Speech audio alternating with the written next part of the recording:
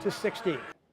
Don't know what to think of SLU yet. None of their centers are playing, and they may end up with 6'4" Terrence Hargrove in the post.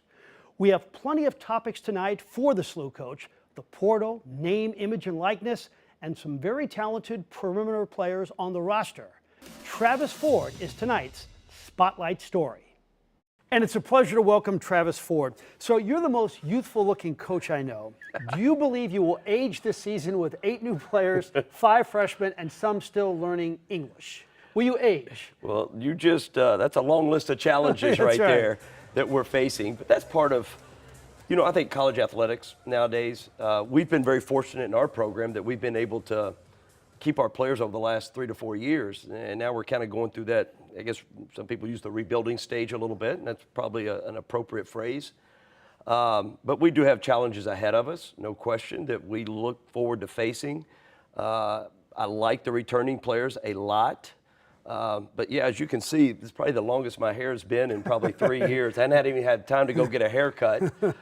So yeah, it's almost 20-hour days right now in the offices. So you have Shavitz, you have the old Laughlin Family Champion Center, you have this great university. Yeah. But how often does it come down with a recruit to pure cash? Yeah, everything matters. We have incredible facilities, great education at SLU, obviously, beautiful campus. We play in a great league. We've had success. We play a fun style of basketball. All those things still matter.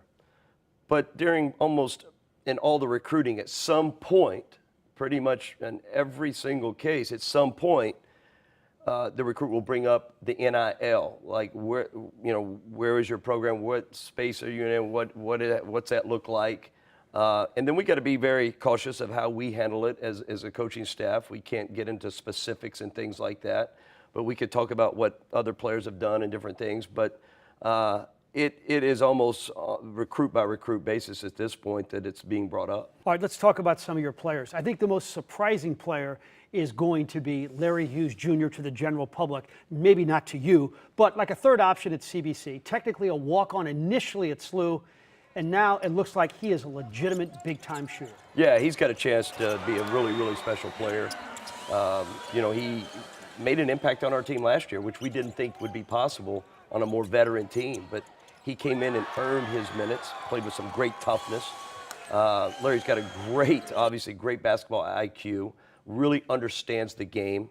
We know he can score, no question about it. He's gotten stronger, but we're looking for him to lead us on the defensive end, be that leader defensively.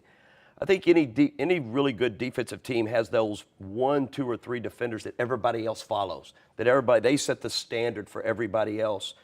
And we hope he's that guy that everybody else follows. And I think he wants to be that guy. But, as a young sophomore right now, I'm really happy where he's at. Gibson Jimerson, 1,300 points, wonderful kid. But how do you handle a guy that you've been pushing and yelling at for 5 years? Do you have to be careful of that?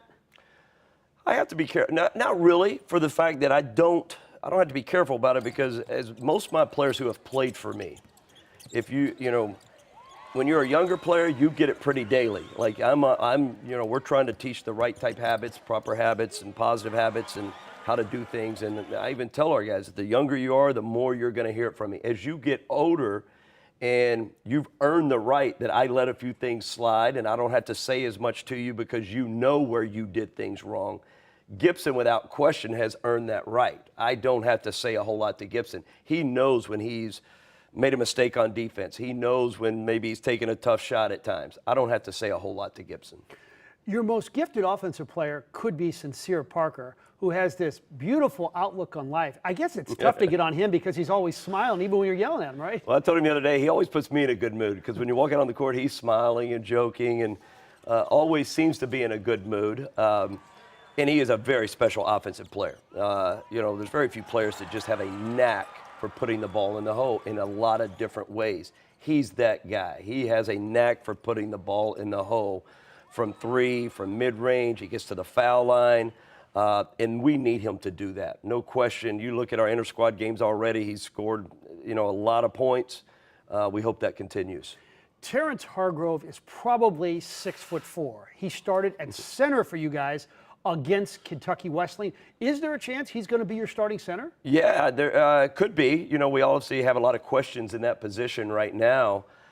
We've been fortunate over the last couple of years that we've always had two very experienced big men, and we're just a little bit different. TJ, we moved him kind of to the 5 spot, midway through preseason, and he really embraced it. He wants to do that. He can cause some real issues offensively.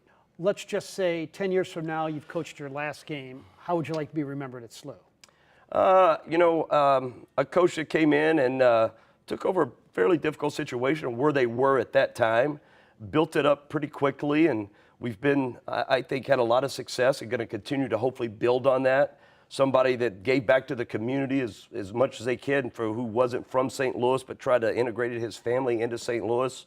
If you ask my children now, we've moved around a lot, this is home for them. They love St. Louis. My wife loves St. Louis. We all love St. Louis. This is home. But somebody who worked extremely, extremely hard every single day, definitely not perfect, definitely, we want bigger and better things for our program, and we think that's in front of us, and we think we're going to get there. But somebody just worked extremely hard to try to do the best they could for St. Louis University basketball.